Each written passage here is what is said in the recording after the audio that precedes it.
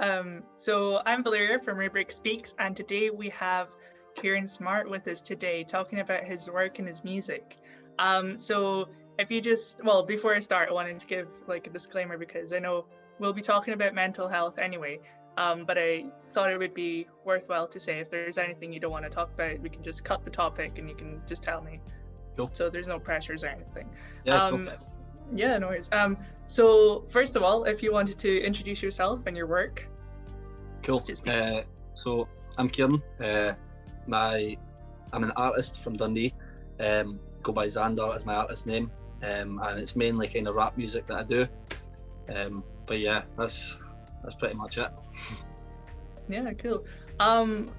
Is there like, so you said mostly rap music. Is there other things that you kind of go into? Yeah, I'm trying to kind of branch out into different things. I'm ideally wanting to kind of work on stuff that's a bit different. I'm thinking about kind of country music and things like that, but that's a work in progress. It'll maybe take a while for me to figure that out, but yeah, ideally I want to just kind of dive into different areas and just work on loads of different styles of music as well. Yeah, no, that's really cool. Is there a certain theme that comes through in your music, or is there like a message that you try to stick to? Yeah, so I mainly kind of, the message that I really put through in my music is mostly about mental health, what I kind of go through on a daily basis, and just try and make it as relatable for other people as possible. I try not to go too kind of deep into it or too dark, but sometimes it goes to that point. There's been a couple of them that have kind of opened up quite a lot, and then after it's came out I've been like, okay, I shouldn't open up that much, but yeah, it's mostly about mental health and that, just to try and show people it's not just them, they're not alone in kind of what they're going through. Would you like to speak about your mental health experiences? Yeah, that's fine. Yeah, so it was, as far as I can remember, it's kind of been since I was young, just dealing with depressive orders and low mood, a lot of kind of dark thoughts, and yeah, just dealing with a lot of kind of demons that I wouldn't want anyone else to deal with, but I know everyone at some point kind of goes through different things, and a lot of people deal with the same or similar things to me. So yeah, just kind of had a battle since I was young, really. Yeah. So how long have you been rapping then? I started writing when I was about 12, 13. It was mostly just poetry. None of it made sense at all. I've still got some of it on paper, and it's horrendous. But yeah, I started writing when I was about 12 or 13. And I always listened to rap, always had an interest in it, and just music in general. But it wasn't until probably about 4 or 5 years ago that I actually started kind of trying to make what I was writing into music and make it, kind of structure it more so that people could listen to it and it would make sense, rather than just it sounding like a poem that I was throwing pieces together. But yeah, so I started kind of focusing it more into the music side of things rather than poetry about 4 or 5 years ago, and just put out my first actual singles last year. I'd been putting a few things on like SoundCloud and things like that for the past couple of years, but my first single came out last year, and I've just been kind of trying to fire out as much as I can since then. So you said that you tried to get people like to relate to your music, or to make them feel less alone. Yeah. Has anyone come forward to you saying things like that? Yeah, quite a lot to be honest. I do a lot of kind of, so I write every day, but sometimes I'll come up with verses that I listen to it, or I'll record it and listen back, and I'll kind of think it's good, but I don't want to put it on a song, so I'll just post a video of it on social media, Instagram, Facebook and things like that. And pretty much every time that if it's like a mental health kind of based topic or whatever, I'll have people messaging me kind of every time, different people, sometimes the same people, just saying they relate or they go through similar, or just kind of messaging me, because like I always say to people, like I'll listen if someone needs to talk. So have people message me just kind of telling me they're going through a certain thing and they just needed someone to vent to. So yeah, pretty much any release I do, there's people coming forward, which is it's what I do it for, really. Yeah. So I was looking through your Instagram and I found out that there was a certain moment in your life that made you sort of reevaluate your priorities, I guess, or maybe that's not the right word to say, but yeah. Would you like to talk about that? Yeah. So I'm assuming we're talking about the same thing, but yeah. So I've been, since the start of 2017, I've been in Cardiff 5 times, just through my struggles that I've been facing, and different battles that I kind of find myself in over and over again. But I've had a real issue with the bridge. Is that what we're talking about? Yeah. Yeah. That's like my biggest demon that I face, and it's one that I always tell myself I need to get away from, but I never pull myself away from it. It's weird.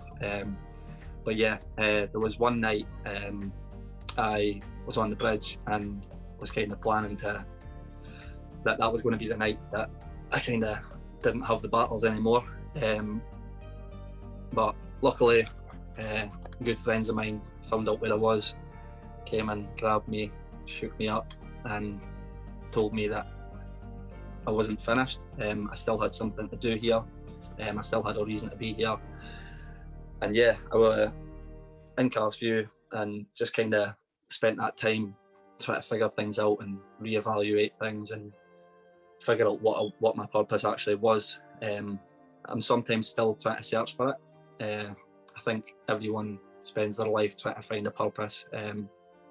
But yeah, that night definitely was kind of a turning point for me. Was it important to have someone actually come out and like something from the outside tell you that there's still worth in life, I guess? Yeah, 100%. Because like people will tell me all the time, like if I've ever been in a certain kind of going through any kind of episode where I'm struggling mentally, people always tell me just focus on the good things and think about like your music and just tell you you've still got a reason to be here. But for like, so basically I was standing on the bridge and I just turned left and just saw someone sprinting towards me across the middle, and I knew exactly who it was at the time. Kind of panicked because it looked like he was waiting to just go right through me. But yeah, just I think it was just that kind of moment. He just kind of grabbed me and hugged me, and yeah, I think that moment just kind of proved to me like people do care, because whenever I find myself in these kind of low states or low moods, I convince myself that no one's there. Like it's just me in this world and no one's there. So for that kind of, just the whole thing felt really strange. It was proper eye-opening. But yeah, definitely a turning point. Out of curiosity, have you ever been on the other side of that and tried to talk to someone about, try to persuade someone of the importance of life? Yeah, a couple of times. One of them, it's one that kind of always sticks with me. Was a good friend of mine. He was kind of in the same position I was. We met in the hospital, and we were just, as soon as we met, we just clicked. He was a bit older than me, but just one of the most genuine people I've ever met. And yeah, there was a couple of times where we had talks in the hospital and over the phone and whatever, if he was out for a day out or whatever. And he did the same for me. He would try and talk me out of things and I'd talk him out of things, and then sit and laugh about it at night, about how stupid we're all being. But yeah, sadly he passed away the day he got out of hospital. So yeah, that one kind of always sticks with me. Was it, well, I guess, did that sort of help put things into perspective? Yeah, kind of. I've lost, so in the past few years, I've lost a couple of friends due to kind of their own struggles and their fights that they kind of obviously felt like they couldn't fight anymore. And every time, I was actually speaking to my friend about this recently, every time that's happened, my instant thought is the way I'm feeling is the way other people would feel if I was to follow that kind of route. But then it's kind of, it's like a battle in the head, because even though that's my thought, I still have those kind of dark thoughts. So it's trying to put that into perspective and just kind of see what happens to the people around them when that happened, and just kind of realize that would be what happens to anyone that kind of cares for me and my family, friends, and things like that. And I guess at what point did you decide to put together your mental health and your rap? Pretty much when I was writing poetry even as well, it was all like when I was younger, it was just kind of, it was what I was feeling at the time. I've always wrote what I was feeling. But as soon as I kind of started putting it into music, and before I posted anything, I was sending videos to my pals because I was like, nah, this isn't good. So I'd send them and be like, sometimes it'd be like, no, that is good. And sometimes it'd be like, no, you need to do that again, and maybe just bin it. But yeah, it was, it's always kind of been the main thing for me to kind of, because I'm not the kind of person that talks to people. Like if I'm going through something, I'm going through something, no one else is. Like I'm not bringing anyone else into it. It's that kind of, which is it's not the best mind states to get yourself in. It's like, I convince myself it's my fight, no one else's fight, so I'm doing it myself.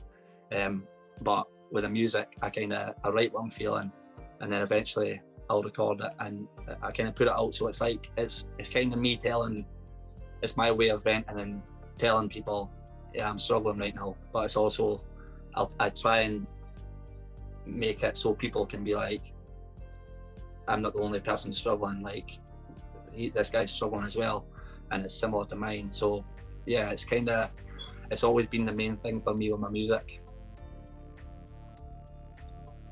And do you have any influences or inspirations for your work? For my work? Like, well, yeah. Your rap work, yeah. Yeah, so I've got quite a lot, but it's like a very mixed. So I listen to, obviously I listen to a lot of country. I actually listen to country music more than I listen to rap, which everyone seems to find really strange when I tell them. They don't believe me most of the time. But yeah, one of them in particular, Darius Rucker, he's a country artist. He's really well known for the song Wagon Wheel. He's just, there's something about him. He's massive inspiration for me with the country stuff. But for rap and things like that, there's a guy, Yellow Wolf, from Alabama. I've always kind of, ever since I first heard him, that he was actually what kind of made me want to put my words into music rather than just poetry on paper. Because as soon as I heard him, he's just got a totally different sound. Like he's just totally unique, and like when you look at him as well, just totally different looking kind of guy. So yeah, he was kind of the one that I saw, and I was like, God, that guy's cool. So I'm gonna do something like that. And when I first started, like I was pretty much basing all my stuff like on his style, but it sounded terrible because I'm not from Alabama. I'm from Dundee. Like my accent isn't like his. But yeah, so I had to it was a long kind of process of trying to figure out what I was doing with my music. I made a lot of mistakes at the start as well. Like, and even recently, like I've made songs that I've been like, oh, this is good, this is cool, and then I've released it and been like, that's not me though. Like I'm giving out a message that's not the message I want to put out, and I'm kind of portraying an image that isn't me. but yeah, I don't kind of regret any of that, because it's like, it's a learning process. So for me to kind of become the artist that I want to be, I need to make these mistakes and see that to be like, okay, I need to not do that again. I need to focus on this kind of side of it. And yeah. So from your experiences, is there anything that could change within like society or even like the social and health like sphere to support people with mental health problems? Yeah, I think just being more open, people being more open to listen, and that's not just in the public. I think even within kind of the care sector, within the mental health kind of care system, being more open to listen and giving people the time to talk as well. I've found that in like the past few years through the care system, you don't get a lot of time to talk. It's more time for them to talk and kind of you say a few things. But yeah, just being more open to listen, giving people time to talk, and not I always say to people, don't try and understand fully, because no one's ever going to understand fully what someone's going through.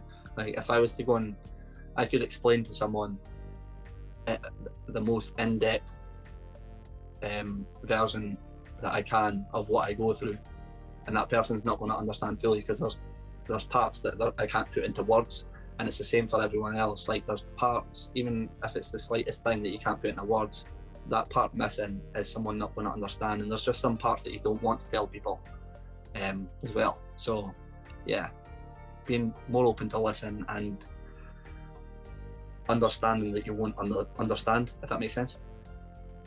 Yeah, of course. Are you currently working on anything new or something that we should like be looking out for? Yeah. I've got an EP coming out hopefully soon. I was planning to bring it out last year, but I held off just kind of due to what was going on, and I'm wanting to ideally bring it out when I can do shows and things like that. It's an EP called Fairy Tale Nightmare, and it's just kind of like I'm actually thinking about kind of changing it a little bit, because I've had that time that long to kind of listen to it. I'm like, I could throw certain things in here, but my plan with that is to kind of take people on a journey from the start to the finish, but leave it open at the end to kind of leave people like, what happened? So yeah, working on that EP, and yeah, hopefully some kind of country music or something. I'm going to dive into a few different things. Some of them people won't like, some of them people will like, but yeah, there's a lot of different stuff coming, and stuff that's not just rap as well, because I know that with rap, like, it's what I want to do, it's what I focus on my stuff on, but it's kind of limiting your audience. So I'm wanting to expand a little bit into different styles, different genres of music, and just kind of broaden the audience a little bit and give more people something to listen to. So I know you mentioned that, like, obviously there are things that you can't put into words, but do you feel like rap is a sort of, I wouldn't say therapy, but like a way to process what you're going through?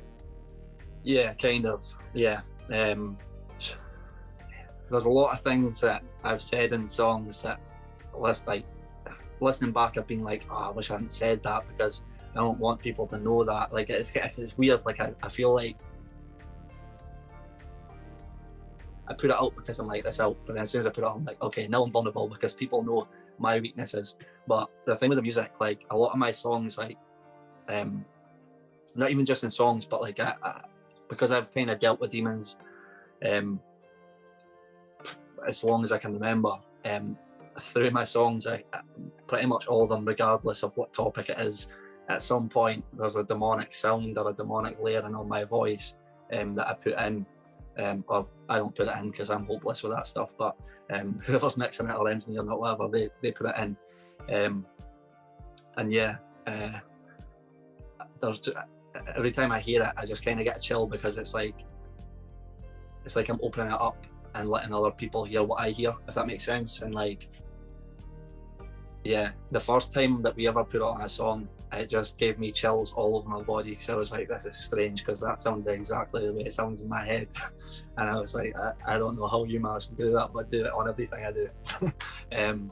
Yeah, so it definitely does kind of, it gives me an avenue to kind of speak and let people know what I'm going through without having to go to someone's face and say, this is what I'm going through. Yeah.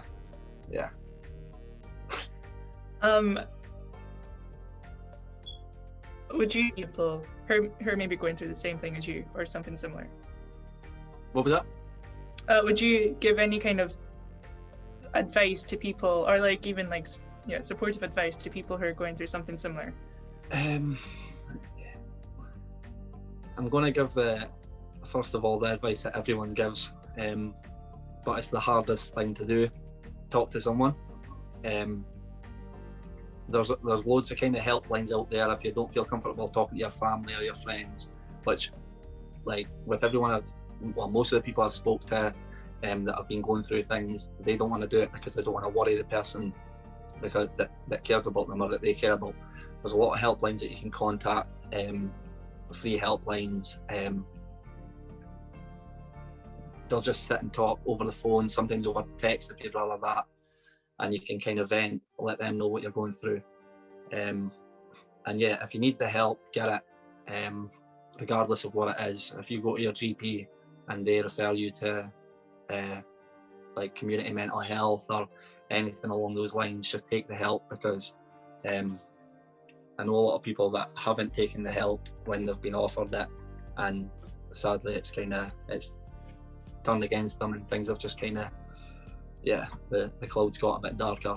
But yeah, take the help, try and speak to people, and again, when I said kind of give people time to listen, time to speak, give the person that's listening time to speak and give them time to process what you're saying as well, because I've done this in the past. Like, I'll tell someone something and this will be like a 15-minute rant without them saying a word, and then because they don't respond within 5 seconds, I assume they've not listened.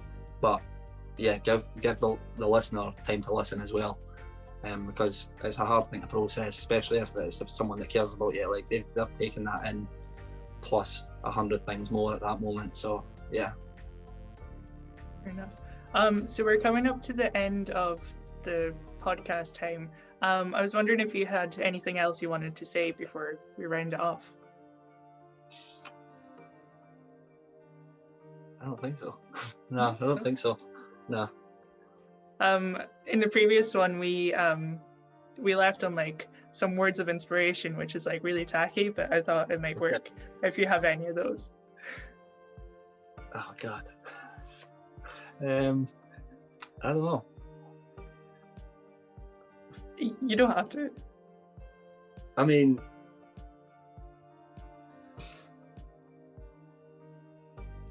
yeah, okay, I do. Go for it. Right now?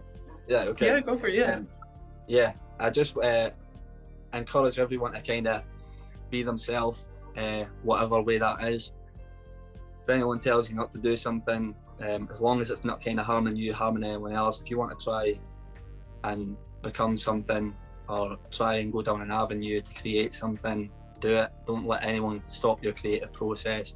And yeah, just try and be creative, and become someone that people remember as well, because that's what I'm aiming to do, and a lot of people that I kind of surround myself want to do, and yeah, being remembered for something good.